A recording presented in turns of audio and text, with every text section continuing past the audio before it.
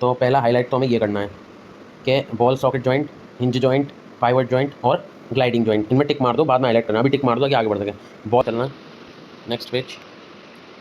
अब रीनीट में एक थोड़ा टिपिकल क्वेश्चन आया था, तो अब हमें इसमें क्या क्या पता है। हमें इसमें न्यूरोट्रांसमीटर वाली बात पता है ना, हमें इसमें इंक्रीज लेवल का कैल्शियम पता है, बताएंगे अभी, है ना। एक्टिव साइट अब मैं बताता हूँ क्या करना है इसमें। इसमें बताना है कि select the correct statement regarding the muscle contraction. इसे कैसे पढ़ना है? इसे पढ़ना है कि it is initiated by single signal send by CNS via sensory neuron. अब एक छोटा सा सवाल है ना, उससे ये चीज़ क्लियर होगी क्योंकि इसका जवाब न्यूरल से, इसमें न्यूरल और लोकोमोशन को मिक्स कर दिया है। अब समझाता हूँ कैसे। क्या हम ये बात क्लियर जानते हैं? मेरा पेन लुई सही था। क्या हम ये बात क्लियर जानते हैं कि जो हमारी ये जो प्रोसेस है, कैल्शियम आना जाना न्यूरॉन में, जो भी ये जो हमारे मूवमेंट की प्रोसेस हो रही है, क्या ये प्रोसेस ऐसी नहीं है इसमें हमें अपनी बोन्स को मूव कराना पड़ता है? और हमने क्या बात की थी, ऐसी वॉलंटरी चीज़ें, क्या मोटर हमें मोटर के थ्रू आती हैं? कि मोटर यानी कहने का मेरा सेंस है कि हमने पढ़ा था, एक चीज़ पढ़ी थी उसमें न्यूरल में, कि जब भी कोई ऐसा वर्क हो जो PNS टू CNS किया जाता है, जैसे मैंने चोट लगाई किसी को, मैंने इस जगह चोट लगाई, तो यहाँ PNS का जंक्शन है, तो PNS CNS तक इन्फॉर्मेशन लेके जाएगा कि तेरे चोट लग गई है। क्या लग गई है? चोट लग गई है। लेकिन अगर मैं CNS यानी सेंट्रल नर्वस सिस्टम को PNS बोल रहा हूँ कि भाई हिल डुल काम कर, जैसे कि हमने देखा था यहाँ पे कौन ले जा रहे थे, हर्न सेल, जिनको हमने डिस्ट्रॉय कर दिया था, तो फिर इम्पल्स जाना बंद हो गई थी। वो भी तो मोटर इम्पल्स थी, वो भी जाना बंद हो गई थी। तो अब बात करते हैं इसमें क्या होता है कि ध्यान समझना, एक सेकंड रफ कर देता हूँ। अब यहाँ से कैल्शियम डिपोजिशन के लिए पहले ब्रेन से जा रहा है। पहले ब्रेन में ही तो सोचते हैं कि चलो हाथ उठा लेते हैं, चलो खुजली कर लेते हैं, ब्रेन में सोचते हैं। तो ब्रेन में सोचते हैं तो CNS से PNS जाती है, तो ये वाली तो हमारी मोटर होती है। ये वाली बात हमने कर ली थी। इसमें क्या है, थोड़ा थोड़ा है, तो मैंने पूरा रिपीट नहीं कराया, मैंने सोचा क्वेश्चन के साथ ही करा दूंगा कि हमारी मोटर कौन सी होती है। हमारी मोटर होती है जो हमारे CNS टू PNS, मतलब यार इतना भी तगड़म नहीं है, सीधी बात याद रखनी है कि जब हमें ब्रेन को कुछ बताना होता है तब तो होती है वो सेंसरी। क्या बताना होता है कि मुझे लग गई है, मैं टकरा गया हूँ, है ना। जैसे मेरे बॉडी ने किसी चीज़ को स्टक किया तो हैंड टू हैंड ब्रेन में गई, तो वो सेंसरी है।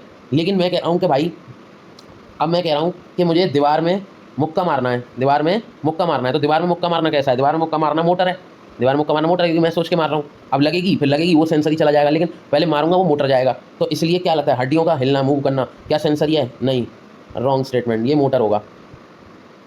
कभी कभी दिए हैं ऐसे हार्ड क्वेश्चन, लेकिन मोस्टली तो वो जॉइंट्स को ही दे रहा है, तो इसलिए मैंने बताने के लिए भी, क्योंकि जब से हम PYQ सॉल्व कर रहे हैं, क्या मतलब, एक बार PYQ देखने तो चाहिए कि कैसे PYQ क्या नहीं है। आगे बात करते हैं, neurotransmitter generate action potential in सार्कोलीमा। बिल्कुल, एक्चुअली क्या है, जो न्यूरोट्रांसमीटर होते हैं ना, जो मायोसिन और एक्टिन बैंड पढ़ते हैं, मैंने बताया नहीं है, उनको सार्कोमियर बोलते हैं। ये बात तो शायद बोली थी मैंने, ये जो बैंड है उनको सार्कोमियर बोलते हैं। तो neurotransmitter generate action potential in the सार्कोलीमा, तो सार्कोमियर कहते हैं, तो सार्कोमियर को ही सार्कोलीमा कहेंगे, ठीक है। बी पॉइंट सही है। आगे देखते हैं, क्या मैंने क्वेश्चन सॉल्व करा दिया, समझ में आया? मायोसिन और एक्टिन जो है, इसी को सार्कोमियर कहते हैं। मायोसिन और एक्टिन जहाँ बाइंड कर रहे हैं ना, वही जगह को सार्कोमियर कहते हैं। तीसरा पॉइंट पढ़ते हैं, ये तो कोई बता सकता है। Increase calcium level leads to binding of calcium with troponin on action filament. Action यानी जो फिलामेंट एक्शन लेगा, एक्टिन नहीं बोल रहा है, क्योंकि एक्टिन से बाइंड नहीं करता है, किससे बाइंड करता है? मायोसिन से बाइंड करता है। पर ये स्टेटमेंट सही है, उसको गड़बड़ाने के लिए उन्होंने एक्शन लिख दिया है। अब एक्शन को कोई भी एक्टिन पढ़ लेगा और मार देगा। तो ट्रोपोनिन कहाँ पे अटैच होता है? मायोसिन बाइंडिंग साइट पे, मायोसिन एक्टिव बाइंडिंग साइट पे ट्रोपोनिन अटैच हो जाता है ना। Troponin on action filament. एक सेकंड, सॉरी, गलती कर दी। इसको थोड़ा मैं रिपीट करता हूँ। देखो होता क्या है, एक धागे जैसा, और एक ये होता है ऐसे। अब ये तो एक्टिन है, ठीक है, ये मायोसिन है, ठीक है। अब क्या होता है, एक्टिन पे यहाँ पे एक्टिन पे बाइंडिंग साइट पे, एक्टिन किसकी बाइंडिंग साइट है? मायोसिन की। ये बाइंडिंग साइट पे क्या होता है, ये बाइंडिंग साइट पे छोटे छोटे कैल्शियम जमा रहते हैं। अब यहाँ पॉइंट दोबारा पढ़ते हैं, increase calcium level leads to the binding of calcium with troponin on action filament. यानी जहाँ पे एक्शन होने वाला है, कैल्शियम वहाँ पे बाइंड कर लेगी किसको? ट्रोपोनिन को। बिल्कुल सही बात है ना, तभी तो ट्रोपोनिन हटेगा, ट्रोपोमायोसिन खुल जाएगा, जिससे बाइंडिंग साइट खुल जाएगी। क्या समझ में आ गया? यानी कैल्शियम को क्या बाइंड करेगा? कैल्शियम किसको बाइंड करेगा? कैल्शियम बाइंड करेगा ट्रोपोनिन को। क्या समझ में आ गया? कैल्शियम क्या बाइंड करेगा? ट्रोपोनिन। आगे बढ़ते हैं,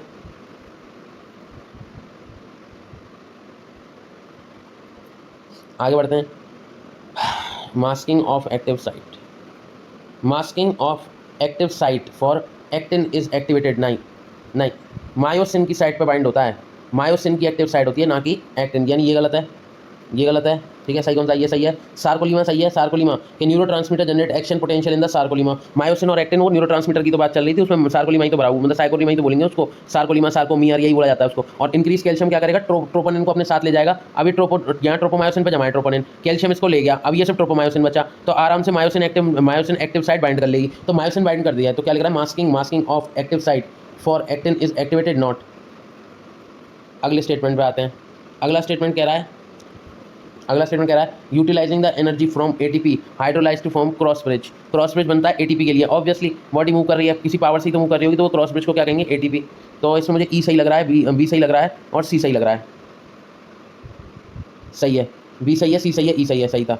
सच में भी सॉल्व किया है मैंने, पहले भी कर चुका हूँ, लेकिन ढंग से नहीं किया था, अभी ढंग से किया। तो क्या समझ में आता है हमें इससे, ये अगर ये हार्ड क्वेश्चन बनाना चाहेगा तो इस तरीके का बनाएगा। तो हमें इस क्वेश्चन से क्या तीन चीज़ें समझ में आती हैं, हमें तीन चीज़ें क्या समझ में आती हैं कि एक तो पहले पॉइंट में समझ में आता है कि मोटर न्यूरॉन, ठीक है, कि जो भी बॉडी में हिलने की एक्टिविटी वो कौन देगा, motor neuron, not sensory neuron. दूसरा पॉइंट क्या समझ में आता है, हमें समझ में आता है कि न्यूरोट्रांसमीटर जो होता है, जो केमिकल सिनेप्स में भरा होता है, उसी के जनरेट एक्शन पोटेंशियल, वो जो एक्शन पोटेंशियल क्या है, मायोसिन एक्टिन, उसी को हम क्या बोल रहे हैं, सार्कोमियर या फिर सार्कोलीमा क्या है, न्यूरोट्रांसमीटर के अंदर होने वाली हरकत, कौन सी, मायोसिन एक्टिन की बाइंडिंग।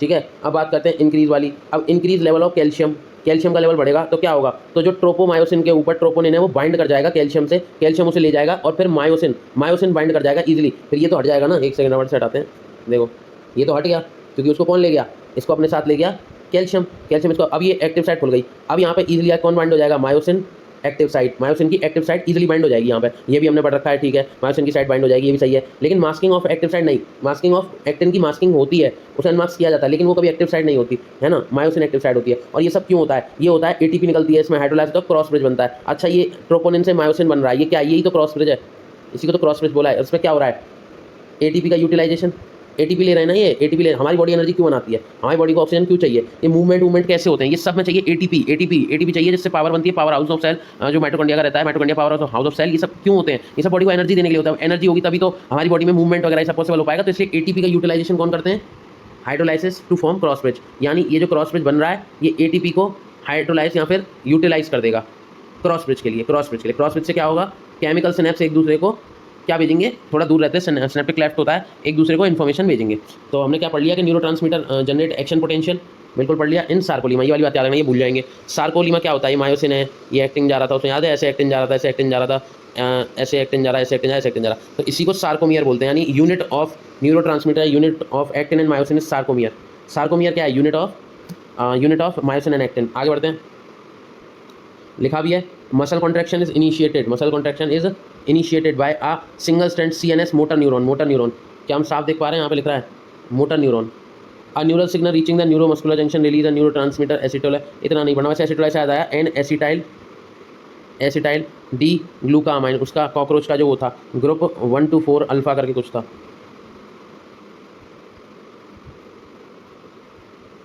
आगे बढ़ते हैं, 3 types of muscle are given. ये डायग्राम तो क्या ही बोले, बट डायग्राम एक बार देख लेना चाहिए। ये तो डायग्राम है हमारे ट्राइब्स का, स्केलेटल ट्राइब्स। स्मूथ मसल का ये है जो कि स्टोमक में पाई जाएगी, और हर्ट का तो दिख रहा है, हर्ट का तो कोई बता देगा।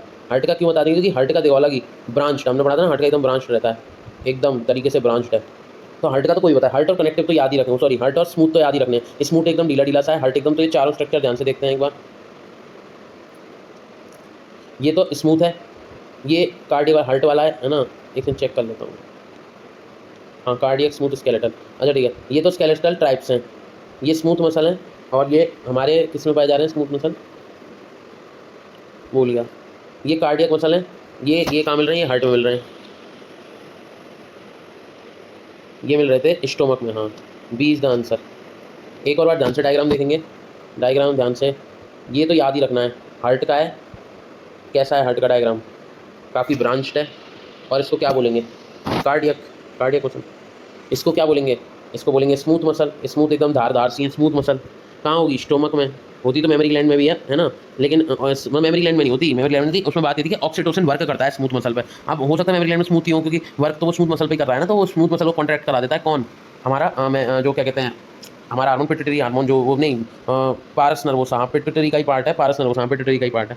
पिट्यूटरी से पूछा भी तो था डायरेक्ट, पिट्यूटरी से वैसोप्रेशन नहीं पूछा उसने, पिट्यूटरी से डायरेक्ट डायबिटीज इंसुपिड। अब डायबिटीज इंसुपिड में बहुत सारी चीज़ें आती हैं, वो एडीएच भी दे सकता था, वो वैसोप्रेशन भी दे सकता था, पर उसने डायरेक्ट पिट्यूटरी दे दिया। तो ये बात भी पता होनी चाहिए कि पिट्यूटरी का पार्टी ऑक्सीटोसिन और वैसोप्रेशन है, और पिट्यूटरी का पार्टी हमारा कौन सा है, वैसोप्रेशन हो गया, ऑक्सीटोसिन हो गया, और पिट्यूटरी का ही पार्ट हमारा कौन सा है, वो वाला पिट्यूटरी का पार्ट हमारा वो पारस डिस्टलिस, जिसमें AH LHS sorry LH GH growth hormone और ये सब ग्रोथ हार्मोन क्रिटिन याद है, ग्रोथ हार्मोन में क्या हो रहा था एक्रोमोलॉजी, और याद है थायराइड में क्या हो रहा था थायरोक्रिटिनिज्म और एक्सोपेथेलिक गोइटर और ग्रेविस डिजीज जो हमने अभी बताया था, पार्चुएशन ऑफ आई बॉल्स, ठीक है ये भी रिवाइज हो गया।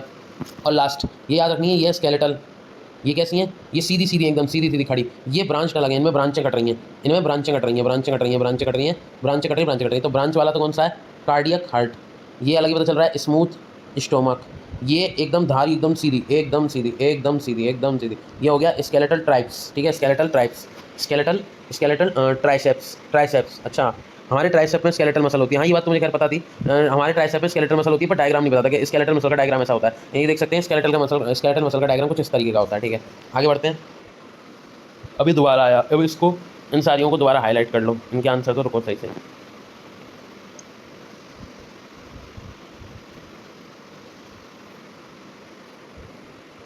इनमें बातें फालतू जाना है वो नहीं लिखनी है, हमें सिर्फ इतना स्टेटमेंट लिखना है जितना ये लोग पूछते हैं। इसका आंसर देख के आता हूँ, इसका आंसर है ए का 2 बी का 4, ए का 2 बी का 4, ए का 2 बी का 4, इनको लिख लो। कार्टिलेजिनस जॉइंट कौन से होते हैं, कार्टिलेजिनस जॉइंट होते हैं between adjacent vertebrae and vertebral column, हाँ कार्टिलेजिनस जॉइंट होते हैं हम लोगों में वर्टिब्रल कॉलम, ठीक है। और बॉल एंड सॉकेट अभी पढ़ाई था, humerus and pectoral. Fibrous joint तो वैसे ही पता होगा, between flat skull, I think मुझे तो यही लगता है बिटवीन फ्लैट स्कल में फिवरस होगा, सी वाला है ना, और सैडल जॉइंट में होगा डी, हो गया।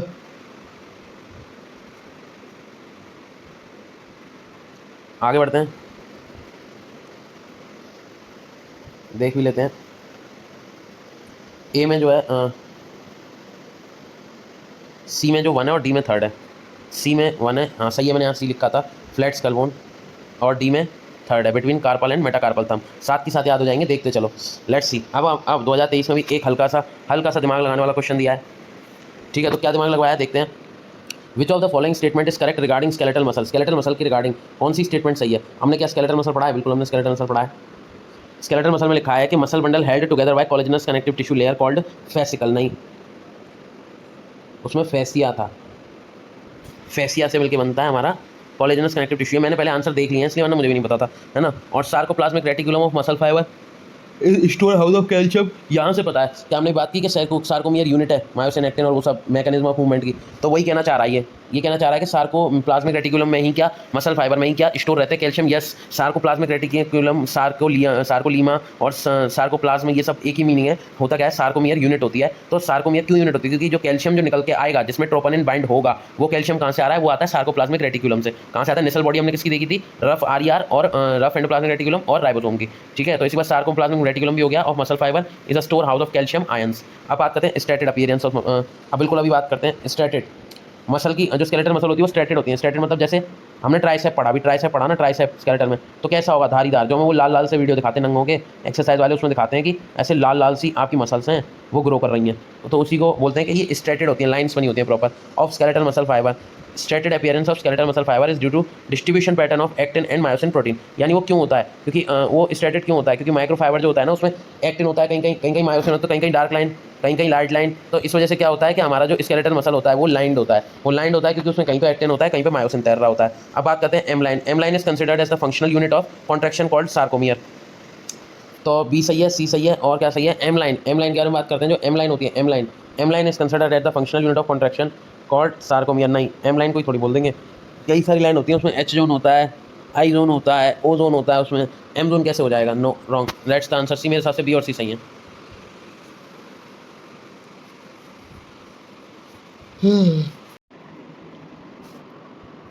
अब हम कहाँ पे आ गए, स्लाइडिंग फिलामेंट थ्योरी में क्या नहीं होता, इवेंट चेंज नहीं होता, इवेंट की लेंथ चेंज नहीं होती, और ये भी सारे पॉइंट मैंने कराई दिए। आगे बढ़ते हैं, गाउट को अंडरलाइन कर लेना। गाउट जो है बीमारी है ना, जो मैं बता भी देता हूँ, प्रॉब्लम पता ही होगा, गाउट का दर्द वगैरह होता है, क्रॉनिक पेन मतलब पेन होता है, लाइक वो इसलिए वो डिपोजिशन हो जाता है। इसमें लिख रहा है weakening of bones due to low calcium, inflammation of joints due to accumulation uric acid crystal. I think यही होना चाहिए, सेकंड होना चाहिए, ये वाला सेकंड होना चाहिए। बाकी देखते हैं आगे कौन सा है।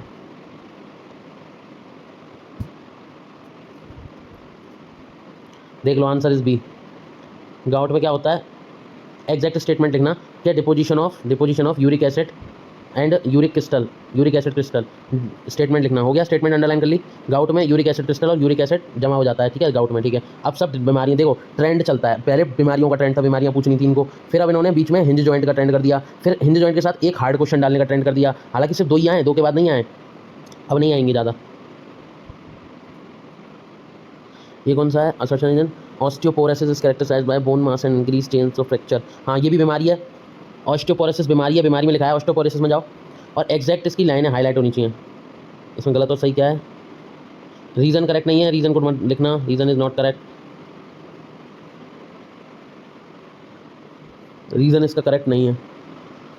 तो ऑस्टियोपोरोसिस क्या है, is a characterized by decrease bone mass and increase chance of fracture. क्या हमने पढ़ा था कि बोन मास, अभी हमने क्या पढ़ा, अभी हमने पढ़ा कि गाउट में, घुटनों में और जगह जगह जॉइंट्स में क्या होता है, इन्फ्लामेशन होती है, क्योंकि उनमें जमा क्या हो जाता है, उनमें यूरिक एसिड क्रिस्टल और यूरिक एसिड जमा हो जाता है। ये ज़्यादा दारू वगैरह पीने से इन सबसे प्रॉब्लम होती है, गाउट की समस्या, ठीक है। और अगला बढ़ते हैं, अगले पे हम करते हैं ये वाला ऑस्टियो क्या लिखा है, ऑस्टियोपोरोसिस कौन सी बीमारी है, इसमें ना बोन का मास गिर जाएगा, बोन में कुछ बचेगा नहीं, हड्डी वड्डी कुछ नहीं बचेगी, इंक्रीज हो जाएगा चांस फ्रैक्चर का। अब इसका रीजन भी एक बार पढ़ लेते हैं, गलत है बट पढ़ लेते हैं।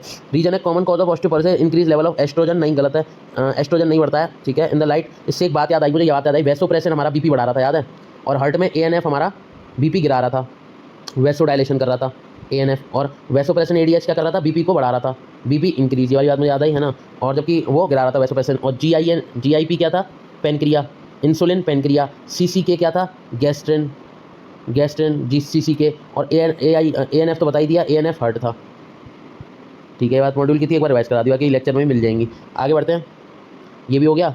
अरे रीज़न, इसका सही रीज़न क्या है, इसका सही रीज़न है ऑस्टियोपोरोसिस एज रिलेटेड डिसऑर्डर, ये भी लिखना, एज रिलेटेड डिसऑर्डर, ये भी हाईलाइट करना है, एज रिलेटेड डिसऑर्डर, करेक्ट, ठीक है। तो हमसे पूछा जा रहा है कि मसल कॉन्ट्रैक्शन के टाइम पे कौन से इवेंट्स हो रहे हैं, क्या एच जोन डिसअपियर हो रहा है, इसमें करेक्ट बताना, क्या बताना है, एच जोन डिसअपियर, ये तो यहीं से रटना पड़ेगा, मैंने लिखा नहीं है एच जोन डिसअपियर वाली बात। ए बैंड वाइडेंस, ये ए बैंड वाइड हो रहा है, नहीं ये सही नहीं है, ए बैंड वाइड नहीं होता, ए बैंड तो सेम होता है, ये तो मैंने लिखा था, ए बैंड सेम होता है, डिसअपियर लिखा है क्या मैंने मसल कॉन्ट्रैक्शन में, डिक्रीज लिखा है मैंने, हाँ एच जोन जो है डिक्रीज हो रहा है, वो बात तो खैर सही है, क्योंकि ना मैं समझ गया, वो डिक्रीज से ही डिसअपियर आएगा। मैं बताऊँ कैसे, देखो मसल कॉन्ट्रैक्शन में क्या हो रहा है समझते हैं। ये हमने बात करी मसल कॉन्ट्रैक्शन की, इसलिए मैंने बोला था मैकेनिज्म को एक बार देख लेना, और मैकेनिज्म समझना कैसे है यहाँ से। अब ये तो आया एक्टिन, ये आया एक्टिन, ठीक है। अब यहाँ पे इतना था, यहाँ से आया मायोसिन, इतना आया एक्टिन, इतना आया एक्टिन। अब हम एक बात समझते हैं, इसके नीचे मैं उसको कॉन्ट्रैक्ट करके दिखाऊंगा। तो अभी क्या होता है, इतना पार्ट तो हमारा एच जोन है, इतना पार्ट तो हमारा एच जोन है, ये वाला पार्ट हमारा आई जोन है, ये वाला पार्ट है ना। ऑल ओवर इसको क्या कहा जाएगा, ओजोन, ठीक है। ओजोन को भी बैक कर देते हैं, उसकी काम की बात नहीं आई है। और ये वाला भी क्या है हमारा आई जोन, मतलब उतना है जितने तक मायोसिन शुरू नहीं हुआ है ना, और ये थोड़ा आगे कर देते हैं, और ये इतना है, ठीक है। अब हमने क्या देखा, अब एच जोन तो ये है, अब ए बैंड की बात करते हैं, तो ए बैंड तो ये ऊपर वाला है, यानी अगर मैं कहूँ ए बैंड क्या है, थोड़ा इसको सफाई करनी पड़ेगी, एक सेकंड, मैं कहूँ ए बैंड क्या है, ए बैंड क्या है, ए बैंड पूछा जाएगा तो ए बैंड क्या है, बेसिकली जो ऊपर एक्टिन है और जहाँ से मायोसिन बाइंड कर रहा है ना, यानी मायोसिन वाला ए बैंड होता है। लेकिन उसको पूरा हमने ए बैंड क्यों माना, उसमें एक्टिन होने के बावजूद भी, क्योंकि एक कारण है कि ए बैंड में क्या है, वो ए बैंड डोमिनेंस में रहेगा, वो दिखेगा, मायोसिन डार्क होता है, वो हल्का होता है तो वो नहीं दिखेगा, वो तो वैसे भी दिखेगा, तो वो दिखेगा, इसलिए हम उसको डोमिनेंस में मानते हैं। तो डोमिनेंस की वजह से हमने क्या किया, ए बैंड तो पूरा मान लिया हमने। अब जो हमसे लास्ट वाला सवाल पूछा गया था वो ये था कि ए बैंड बढ़ेगा कि नहीं, ए बैंड सेम क्यों रहा था, क्योंकि अगर कॉन्ट्रैक्ट होने पे एक्टिन पूरा भी यहाँ से बाइंड कर जाए, सब चढ़ जाए, तो भी इस पर कोई फर्क नहीं पड़ेगा, मायोसिन जितना था उतना रहेगा। यानी ये ऐसे ये एक्टिन आ रहे हैं, ये बीच में मायोसिन है, ये एक्टिन आ रही है और क्लोज आ रहे हैं, इस पर क्या फर्क पड़ेगा, मायोसिन वैसा ही रहेगा उसमें, चाहे एक्टिन बढ़े चाहे मायोसिन, इसलिए ये हमेशा सिमिलर रहता है। ये बात पढ़ के जानी है पेपर जाने से पहले। और दूसरी बात है ना, यहाँ क्लास भी देख सकते हैं, इनमें से इंपॉर्टेंट ये वाली एक्सप्लेनेशन मिल जाएंगी। और दूसरी बात, अब बात करते हैं क्वेश्चन पे आ जाते हैं, एच जोन पे। एच जोन का क्या सीन है, एच जोन में सिर्फ मायोसिन है। अब एक बात समझेंगे हम, क्या हम ये बात जानते हैं, कि जब ये एक्टिन जो है ये आगे बढ़ता जाएगा, जैसे कि मैं डायग्राम में बताता हूँ डायरेक्ट, एक सेकेंड। डायग्राम में क्या हो रहा है, ये हमारा एक्टिन है, अब मान लो कॉन्ट्रैक्ट हो गया सब कुछ, कॉन्ट्रैक्ट होने से एक्टिन आगे बढ़ गया, और मायोसिन तो जितना था उतना। तो ए बैंड तो मैं मानता हूँ, ए बैंड तो स्टिल सिमिलर है, मतलब उतना ही है ए बैंड, तो यहाँ तक मान लो ए बैंड सिमिलर है ना, समझ में आया, ए बैंड तो सेम रहा, एक्टिन के आगे बढ़ने से सेम रहा, बिल्कुल सही बात है कि नहीं, ठीक है। इसको बैक करते हैं, अब बात करते हैं एच जोन की, जो पूछा गया है, क्या एच जोन डिसअपियर होगा, हाँ डिक्रीज के साथ वहाँ रिलैक्सेशन का टर्म में डिसअपियर भी लिख लेना, क्योंकि धीरे धीरे डिसअपियर होता जाएगा। अब क्या पहले जितना एच जोन था उतना एच जोन बचा है, नहीं, एच जोन बहुत कम हो चुका है, ठीक है। तो धीरे धीरे धीरे धीरे ये कॉन्ट्रैक्ट करते करते करते करते कैसा हो जाएगा, ये एच जोन अभी कितना रह गया है, एक सेकंड, एच जोन अभी रह गया है इतना सा। इसके बाद जब अगली बार और एक्टिन बाइंड, क्योंकि वो क्लोज आते हैं ना एकदम, और जब बिल्कुल क्लोज आ जाएंगे, बिल्कुल क्लोज आ जाएंगे, तो इतना सा पार्ट मायोसिन का रह जाएगा। तो क्या ये धीरे धीरे डिसअपियर हो रहा है? तो डिसअपियर टर्म इज करेक्ट। तो हम अपने मतलब अपने नोट्स में एच जोन डिक्रीज के साथ साथ डिसअपियर भी लिख देते हैं, डिसअपियर, ठीक है, डिसअपियर। इसे हाईलाइट कर लेते हैं, एच जोन को हाईलाइट कर लेते हैं। पूछा गया है पूरे को हाईलाइट करना है जो मैकेनिज्म है मसल कॉन्ट्रैक्शन रिलैक्सेशन का, और length of actin same, length of myosin same, है ना। मायोसिन एक्टिन की तो लेंथ नहीं जा रही है ना, बेंडों की लेंथ जाती है। अब आई बेंड कम हो रहा है वो बताता हूँ कैसे, और ये बेंड कैसे सेम रह रहा है। अब सीधी सी बात है, आई बेंड में सिर्फ कौन सा आता है, थोड़ा सा हम बैक करते हैं। आई बेंड हमारा सेम क्यों रहता है, आई बेंड हमारा सेम क्यों रहता है, थोड़ा सफाई करते हैं फिर बताते हैं। आई बेंड का सीन क्या होता है कि आई बेंड सिर्फ और सिर्फ उतना पार्ट होता है जितना क्या होता है, जितने तक एक्टिन होता है। मायोसिन वाला पार्ट नहीं माना जाता है ना। आई बेंड जैसे ए बेंड है, ए बेंड में तो दोनों को माना जाता है भाई, जिसमें समानता है उसकी साइज क्यों गिरेगी, वो तो सेम रहेगा। इसने इसको भी मान लिया, इसको मैं, तो एक्टिन चाहे कितना भी आ गया, मायोसिन आए, तो ए बेंड तो हमेशा रहेगा सेम। लेकिन कॉन्ट्रैक्शन के टाइम पे क्या होगा, ध्यान समझना, ए बेंड तो सेम रहेगा, लेकिन कॉन्ट्रैक्शन के टाइम पे आई बेंड गिर जाएगा। आई बेंड क्यों डिक्रीज होगा, ये तो भाई सीधी सीधी सी बात है। यहाँ पे अगर देखा जाए मायोसिन, जहाँ से मायोसिन आ रहा था, तो इसका मुझे लग रहा है एक और डायग्राम बनाना पड़ेगा। जैसे मायोसिन है, ये एक्टिन है, ठीक है, ये एक्टिन है, इधर मायोसिन है, ठीक है। तो इतनी वाली साइड जहाँ तक मायोसिन नहीं है, इतनी वाली साइड, बस इसी को आई बेंड बोला जाएगा, बस इसी को आई बेंड बोला जाएगा। मायोसिन साइड जहाँ से नहीं है, कट कर सकते हो इसको, ये यहाँ से, बस इतना, ठीक है। अब बात करते हैं मैं क्या बताना चाह रहा हूँ। अब जब धीरे धीरे ये आगे बढ़ जाएगा एक्टिन, धीरे धीरे ये एक्टिन आगे बढ़ जाएगा, और क्या एच जोन इस जगह पर बिल्कुल डिसअपियर होने पर, बिल्कुल जो एच जोन क्या है, मायोसिन ओनली, मायोसिन वाला डिसअपियर होने पर, तो क्या एच जोन बढ़ गया, बिल्कुल सॉरी डिसअपियर हो गया, क्या बोल रहा हूँ, डिक्रीज हो गया। ये मायोसिन है, डार्क बेंड है। तो ये जो डार्क बेंड है, ये जो डार्क बेंड है मायोसिन, क्या ये धीरे धीरे अपने आप को देखेंगे तो क्या ये जो धीरे धीरे एच बेंड है ये बिल्कुल डिसअपियर होता जा रहा है, मायोसिन बहुत कम जा रहा है। कि मायोसिन एच जोन में अकेला क्या आता है, मायोसिन, ठीक है, ओ जोन में आते हैं दोनों, तो जिनमें दोनों आते हैं वो तो सेम ही रहते हैं। और ए बैंड में भी क्या दोनों आते हैं, ए बैंड में भी दोनों आते हैं, ठीक है। अब बात करते हैं, लेकिन दोनों क्या इसके लिए मेन क्या कहते हैं, मेन ये नहीं है एक्टिन, कहीं एक्टिन समझ लें, मेन एक्टिन नहीं है इसके लिए मेन क्या है, इसके लिए मेन इसका क्या है, इसके लिए मेन इसका मायोसिन है।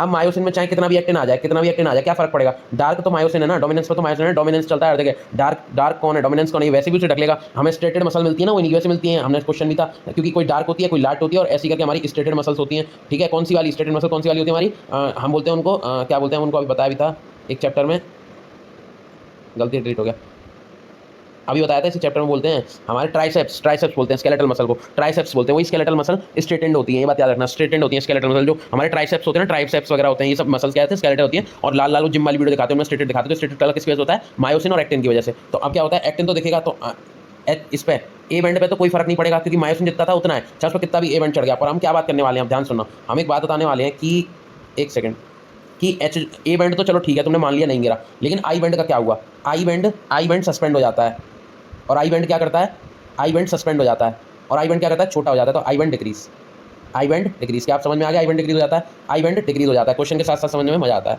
तो आई बैंड भी डिक्रीज हो गया, तो आई बैंड क्यों डिक्रीज हुआ, एक और बार देख लेते हैं। पहले एक्टिन इतना था और मायोसिन इतना था, तो ये तो हो गया अपना ए बैंड वाला पार्ट, है ना। इसको एक्टिन को थोड़ा बड़ा कर लो, एक्टिन थोड़ा बड़ा कर लो, ये तो ए बैंड वाला पार्ट हो गया, और ये बीच में इसके एच जोन वाला पार्ट हो गया। अब क्या होगा, और ये हो गया हमारा आई बैंड वाला पार्ट। अब अगली बार क्या होगा, अगली बार एक्टिन जो है आगे बढ़ जाएगा, जिससे क्या होगा, ये वॉल्स तो सार्कोमियर तो शॉर्टन हो रहा है ना, सार्कोमियर क्या है, इन दो डंडों को सार्कोमियर बोलते हैं, मैं बताया था बेसिक यूनिट, ये मुझे याद आ गया, मैंने बताया सार्कोमियर में नोट्स में लिख रहा है, इनको ही सार्कोमियर बोलते हैं, यहीं से कैल्शियम वगैरह निकलता है। तो ये जो सार्कोमियर के डंडे हैं, जैसे जैसे ये कॉन्ट्रैक्ट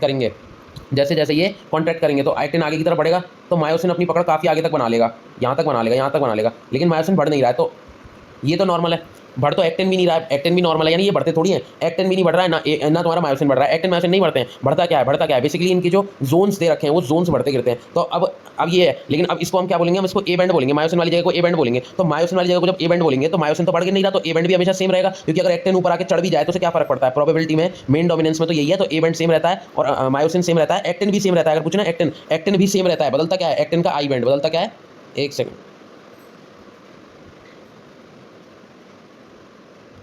बदलता क्या है, एक्टिन का आई बैंड। अब आई बैंड क्यों बदलता है, क्योंकि ये धीरे धीरे यहाँ जाके मिल गया, तो पहले जो आई बैंड देखो कितना बड़ा आई बैंड था, अब वो आई बैंड इतना सा रह गया है, इतना सा आई बैंड रह गया है, वो आई बैंड छोटा होता जा रहा है। अब यहाँ आई बैंड डिसअपियर हो रहा है, यहाँ एच जोन डिसअपियर हो रहा है, यानी कम क्या क्या होता है, आई बैंड कम होता है, एच जोन कम होता है, उसके अलावा ना तो एक्टिन कम होता, एक्टिन सेम है ना। अब सेम वाले की बात कर लेते हैं एक बार, तो लेंथ ऑफ, एक सेकंड, लेंथ ऑफ एक्टिन में कोई फर्क पड़ रहा है? नहीं, सेम लेंथ ऑफ एक्टिन कभी नहीं बढ़ेगी। लेंथ वर्ड आ जाए मतलब नहीं बढ़ेगी भाई। एक्टिन की लेंथ पूछी थी, क्या बढ़ी थी? नहीं बढ़ी थी। एक्टिन की लेंथ पूछी थी, क्या स्लाइडिंग थ्योरी में क्या लेंथ बढ़ेगी एक्टिन की? नहीं, एक्टिन लेंथ नहीं बढ़ेगी। मायोसिन लेंथ सेम रहेगी। कई मायोसिन एक्टिन से करते हैं हम, जोन बदलेंगे, आई बैंड का जोन गिर जाएगा क्योंकि वो मायोसिन में जाके मर्ज हो जाएगा, और ए बैंड का जोन सेम रहेगा। क्यों? क्योंकि वो तो मायोसिन वाला होता है। जब मायोसिन की नहीं बढ़ रही तो उसकी कैसे बढ़ जाएगी? और सार्कोमियर, सार्कोमियर छोटा हो रहा है, शॉर्टन हो रहा है, कॉन्ट्रैक्शन के टाइम पे सार्कोमियर छोटा होता है ना। तो ये सारे आंसर कहाँ मिलेंगे? उस नोट्स में जो मैंने बनवाए थे, है ना।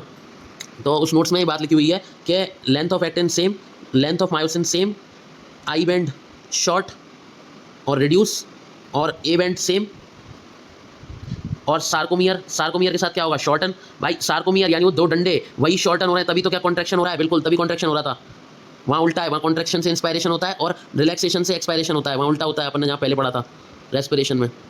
अब बात करते हैं, सार्कोमियर भी छोटा हो गया, और क्या छोटा होगा? और ओजोन इंक्रीज होगा। ओजोन क्यों इंक्रीज होगा? ओजोन वो पार्ट होता है जहाँ एक्टिन और मायोसिन पाए जाते हैं। तो पहले एक्टिन और मायोसिन सिर्फ इतने से में मिल रहे थे उसे, पर कॉन्ट्रैक्शन होने की वजह से क्या मायोसिन और एक्टिन ने बहुत अच्छे से बाइंडिंग कर ली एक दूसरे के ऊपर। हाँ, ओजोन तो डिसअपियर कर दिया, जो अकेले मायोसिन का था वो तो डिसअपियर हो गया, और ओजोन पे एक्टिन और मायोसिन दोनों एकदम चढ़ गए ऊपर, ऐसे ऊपर आ गए कॉन्ट्रैक्शन के टाइम पे। तो ओजोन इंक्रीज हो गया। जो ओजोन पहले उतना था जिसमें सिर्फ एक्टिन और मायोसिन बाइंड करते हैं, अब वो बढ़ गया है क्योंकि ओजोन में बहुत ज्यादा कवर कर लेगा। तो ओजोन क्या होगा? ओजोन इंक्रीज हो जाएगा। एच जोन क्या होगा? एच जोन डिक्रीज हो जाएगा।